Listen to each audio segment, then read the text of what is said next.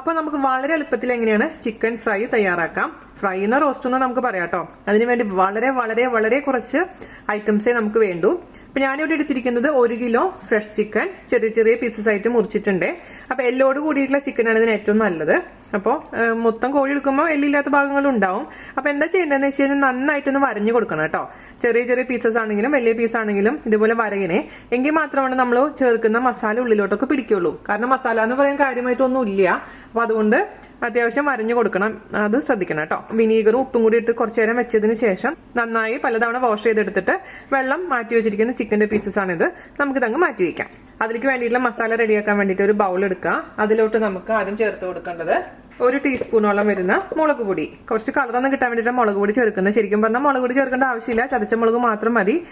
ഞാൻ ചതച്ച മുളക് വാങ്ങിച്ച് മാത്രം ഉണ്ടാക്കിയിട്ടാണ് ഞാൻ 10 വർഷം മുമ്പ് ബ്ലോഗിൽ പോസ്റ്റ് ചെയ്തിട്ടുണ്ടായിരുന്നത്. അപ്പോൾ ടേസ്റ്റ് ഒക്കെ ഉണ്ട്, പക്ഷെ കാണുമ്പോൾ ഒരു ലുക്ക് കുറവാണ്. അപ്പോൾ ഞാനിപ്പോൾ വീഡിയോയ്ക്ക് വേണ്ടിയിട്ടാണ് മുളക് ചേർക്കുന്നത് കേട്ടോ. 1 ടീസ്പൂൺ ഒന്നിലേക്ക് കാശ്മീരി മുളക് പൊടി ചേർത്ത് കൊടുക്കാം, അല്ലെങ്കിൽ എരിവുള്ള മുളക് പൊടി ചേർത്ത് കൊടുക്കാം കേട്ടോ. ഞാൻ അതിലോട്ട് നമുക്ക് അല്പം മഞ്ഞൾപ്പൊടി ചേർത്ത് കൊടുക്കണം.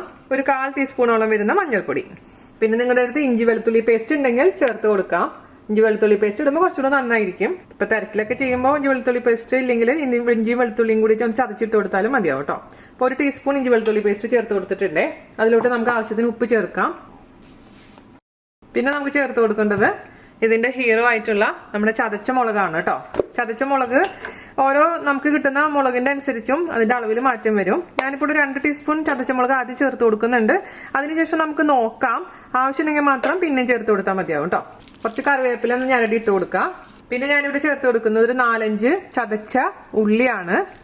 ചതച്ചുള്ളി ഇടുമ്പോൾ ഒരു പ്രത്യേക ഒരു ഫ്ലേവർ കിട്ടും. നമ്മുടെ ഉള്ളി മുളകും തൃശ്ശൂക്കാർ കുത്തി കാച്ചില്ലേ, ആ ഒരു ഫ്ലേവർ കിട്ടാൻ വേണ്ടിയിട്ട് ഉള്ളി ഇട്ടിരിക്കുന്നത്. അതേസമയം നിങ്ങളുടെ അടുത്ത് ഉള്ളി ഇല്ലെങ്കിൽ ഒഴിവാക്കാം. ഇനി നമുക്ക് ചേർത്ത് കൊടുക്കേണ്ടത് കുറച്ച് വിനീഗർ അല്ലെങ്കിൽ ചെറുനാരങ്ങ നീരാണ് കേട്ടോ. ഞാനിപ്പോൾ ഇവിടെ ചെറുനാരങ്ങയാണ് എടുക്കുന്നത്.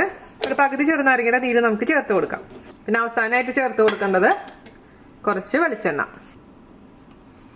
ഇത്രയും ഐറ്റംസ് ചേർത്തിട്ടുണ്ടല്ലോ, ഇതെല്ലാം കൂടി നന്നായിട്ട് അങ്ങ് തിരുമ്മുക.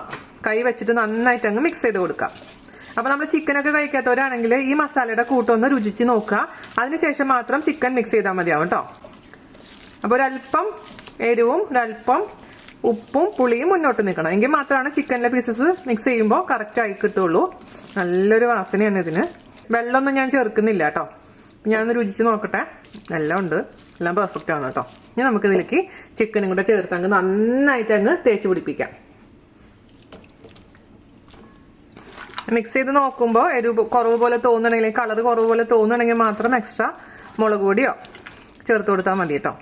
ഇപ്പം ചില ചതച്ച മുളകിന് അത്ര എരിവ് കാണില്ല. അപ്പം അതുകൊണ്ട് അങ്ങനെയാണെങ്കിൽ നമ്മൾ അതിനനുസരിച്ച് അഡ്ജസ്റ്റ് ചെയ്യണം കേട്ടോ.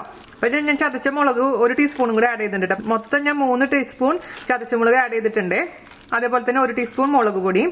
എല്ലാ ഭാഗത്തും മസാല എത്തിയെന്ന് ഉറപ്പ് വരുത്തിയതിനു ശേഷം നമുക്കിത് 20 മിനിറ്റെങ്കിലും മിനിമം അടച്ചു വെക്കണം. ശരിക്കും പറഞ്ഞു കഴിഞ്ഞാൽ രാത്രി എടുത്ത് മിക്സ് ചെയ്ത് വെക്കുകയാണെങ്കിൽ പിറ്റേ ദിവസത്തേക്കാണെങ്കിൽ സൂപ്പർ ആയിരിക്കും. എല്ലാ ഭാഗത്തേക്കും നല്ലോണം മസാല പിടിക്കും. 24 മണിക്കൂറൊക്കെ വെക്കുകയാണെങ്കിൽ ഫ്രിഡ്ജിൽ. അപ്പം നിങ്ങൾക്ക് അതിനുള്ള സമയമൊന്നും ഇല്ലെങ്കിൽ അറ്റ്ലീസ്റ്റ് 20 മിനിറ്റെങ്കിലും മാരിനേറ്റ് ചെയ്ത് വെക്കാൻ മറക്കരുത് കേട്ടോ. അപ്പോൾ നമുക്കിത് അടച്ചു വെക്കാം. അതിനുശേഷം നമുക്ക് കുറെ കഴിഞ്ഞിട്ട് ഫ്രൈ ചെയ്തെടുക്കാം. അപ്പൊ നമ്മൾ മാരിനേറ്റ് ചെയ്ത് വെച്ചിട്ട് 20 മിനിറ്റ് ആയിട്ടുണ്ട് കേട്ടോ. നമുക്കിനി ഇത് കുക്ക് ചെയ്യാൻ തുടങ്ങാം. അതിന് വേണ്ടി ഒരു വലിയ കടായി അടുപ്പത്ത് വെക്കുക. അതിലോട്ട് മാരിനേറ്റ് ചെയ്ത് വെച്ചിരിക്കുന്ന ചിക്കൻ ഇട്ട് കൊടുക്കാം. ഇനിയിപ്പോൾ നമ്മൾ എന്താ ചെയ്യേണ്ടതെന്ന് വെച്ച് കഴിഞ്ഞാൽ ഒട്ടും തന്നെ വെള്ളം ഒഴിക്കേണ്ട നമുക്ക് മീഡിയം ഫ്ലെയിമിൽ ഇട്ടിട്ട് അങ്ങ് അടച്ചു വെച്ചിട്ട് കുക്ക് ചെയ്യാം. അപ്പോൾ ആ ചിക്കനിൽ നിന്നുള്ള വെള്ളമൊക്കെ നന്നായി ഇറങ്ങിക്കോളും.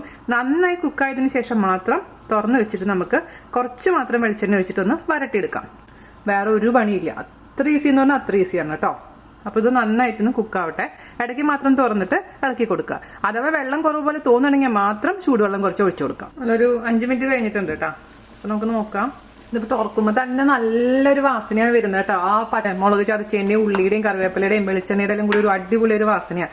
നമുക്ക് ഒന്ന് മിക്സ് ചെയ്ത് കൊടുക്കാം. അതിനുശേഷം വീണ്ടും അടച്ചിട്ടതിന് ശേഷം നന്നായി കുക്ക് ചെയ്തെടുക്കാം. അപ്പോൾ ഈ ചിക്കൻ്റെ വെള്ളത്തിൽ തന്നെ അത് കുക്കാവുമ്പോൾ സൂപ്പറായിരിക്കും. അപ്പോൾ ഒന്നും കൂടെ ഇത് കുക്ക് ചെയ്യാനുണ്ട് കേട്ടോ. അപ്പോൾ നമ്മളേതൊരു 15 മിനിറ്റ് കഴിഞ്ഞപ്പോൾ ചിക്കൻ നല്ല സൂപ്പറായി കുക്കായിട്ടുണ്ട് കേട്ടോ. നമുക്കൊന്ന് നോക്കാം. ഇങ്ങനെ പ്രസ് ചെയ്ത് നോക്കുമ്പോൾ തന്നെ ഇങ്ങനെ അലിഞ്ഞു പോകുന്നുണ്ട്. അതുപോലെ ചിക്കൻ കുക്കായിട്ടുണ്ടെങ്കിൽ നമുക്ക് തുറന്ന് വെച്ചിട്ടങ്ങ് വെള്ളം വറ്റിച്ചെടുക്കാം. എന്നിട്ട് ഒരല്പം മാത്രം വെളിച്ചെണ്ണ ഒഴിച്ചെടുത്താൽ മതി. ഒരുപാട് വെളിച്ചെണ്ണൊന്നും വേണ്ട. നന്നായി അങ്ങ് വരട്ടിയെടുക്കാം. ഇത് കുറച്ചും കൂടെ കൂടുതൽ കറിവേപ്പില ഇടാം. ഇത്രേ ഉള്ളൂ പരിപാടി. പിന്നെ ടേസ്റ്റ് നോക്കിയിട്ട് ഉപ്പൊക്കെ കുറവ് പോലെ തോന്നുന്നുണ്ടെങ്കിൽ നിങ്ങൾ ഇഷ്ടത്തിനനുസരിച്ച് ഉപ്പ് അഡ്ജസ്റ്റ് ചെയ്യാം. മുളകിൽ ഒരു കോംപ്രമൈസും ഇല്ല. മുളക് വേണമെങ്കിൽ നിങ്ങൾക്ക് കുറവ് മതി എന്നുണ്ടെങ്കിൽ കുറവ് ഇട്ട് കൊടുത്താൽ മതി കേട്ടോ. ഇതൊക്കെ സ്റ്റാർട്ടറൊക്കെ ആയിട്ട് ഉപയോഗിക്കാൻ പറ്റുന്ന ഒരു ഐറ്റമാണ്. അതേസമയം സൂപ്പർ ഈസി ആയിട്ടുള്ള ഒരു റെസിപ്പി. അപ്പോൾ നമ്മുടെ ചിക്കൻ്റെ വെള്ളമൊക്കെ വറ്റിയിട്ടുണ്ട്. ഇനി ഇതിലോട്ട് നമുക്ക് കുറച്ച് വെളിച്ചെണ്ണ ഒഴിക്കും. ഒരുപാടൊന്നും വേണ്ട. ഇത് റോസ്റ്റ് പോലെ ഉണ്ടാക്കുന്നതാണ്, ഫ്രൈ അല്ല. ഒരു ആ എരിവിൻ്റെ ഒരു ഓവർ കാടിനെ കുറയ്ക്കാൻ വേണ്ടിയിട്ടാണ് നമ്മൾ വെളിച്ചെണ്ണ ഒഴിക്കുന്നത് കേട്ടോ. പിന്നെ ഇത് നല്ലൊരു വാസന കിട്ടാൻ വേണ്ടിയിട്ട്. എന്നിട്ട് ഇതേപോലെ ഒന്ന് നന്നായിട്ടൊന്ന് മൊരിക്കുന്ന വരെ ഒന്ന് തിരിച്ചും മറിച്ചിട്ടൊന്ന് മൊരിച്ചെടുക്കാം. കുറച്ച് കറിവേപ്പില അങ്ങനെ ഇറക്കിയൊന്ന് ഇട്ട് കൊടുക്കുക. നമ്മുടെ അമ്മാമ്മ സ്പെഷ്യൽ ചെമ്മീൻ പോലെ കറിവേപ്പിലയാണ് താരം ശരിക്കും പറഞ്ഞാൽ എല്ലാത്തിനും, നാടൻ റെസിപ്പീസിലൊക്കെ. നല്ലോണം വരണ്ട് ഒന്ന് കുറച്ച് കഴിയുമ്പോൾ ഓഫ് ചെയ്യാം. അപ്പോൾ ഫൈനലി നമ്മുടെ ചിക്കൻ ഫ്രൈ സൂപ്പറായിട്ട് റെഡി ആയിട്ടുണ്ട് കേട്ടോ. ഇതുപോലെ നല്ല മൊരിഞ്ഞിരിക്കുന്ന അവസ്ഥയിൽ നമുക്കിതങ്ങ് ഓഫ് ചെയ്യാം. കുറച്ചും കൂടെ കറിവേപ്പില ഇട്ട് കൊടുത്തിട്ടുണ്ട്. അപ്പോൾ ഈ ഒരു പരിവാവുന്ന സമയത്ത് ഓഫ് ചെയ്തിട്ടുണ്ട് കേട്ടോ.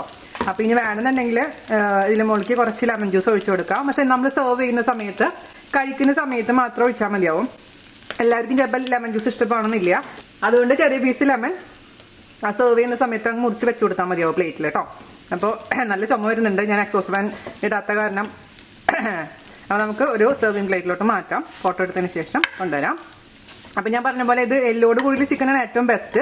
പക്ഷെ എല്ലില്ലാണ്ട് ഉണ്ടാക്കാം. പക്ഷെ ഉണ്ടാക്കുന്ന സമയത്ത് നിങ്ങൾ ശ്രദ്ധിക്കേണ്ട കാര്യം നന്നായിട്ട് അങ്ങ് വരഞ്ഞു കൊടുക്കുന്നത് മാത്രമേ ഉള്ളൂ കേട്ടോ. അപ്പം എല്ലാവർക്കും ഇഷ്ടപ്പെട്ടെന്ന് വിശ്വസിക്കുന്നു. എല്ലാവരും തയ്യാറാക്കി നോക്കുക.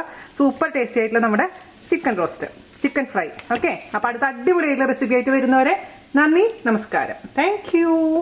അപ്പം ഇന്ന് നമ്മുടെ ചിക്കൻ റോസ്റ്റിൻ്റെ കൂടെയുള്ള ഡിഷസ് എന്ന് പറഞ്ഞു കഴിഞ്ഞാൽ നമ്മുടെ ഏറ്റവും പ്രിയപ്പെട്ട മത്തങ്ങ എരിശ്ശേരി, ഇത് ഇന്നലെ ഉണ്ടാക്കിയ മീൻ മുളകിട്ടത്, ഇതാണ് നമ്മുടെ ചിക്കൻ. പക്ഷേ ഇവിടുത്തെ വെളിച്ചത്തിൽ ഈ അടുക്കളയുടെ ഉള്ളിൽ ഇങ്ങനത്തെ കളർ കുറച്ച് ലൈറ്റായിട്ട് തോന്നുന്നത്, പക്ഷേ ശരിക്കും നല്ല ഡാർക്ക് ഷെയ്ഡാണ് കേട്ടോ.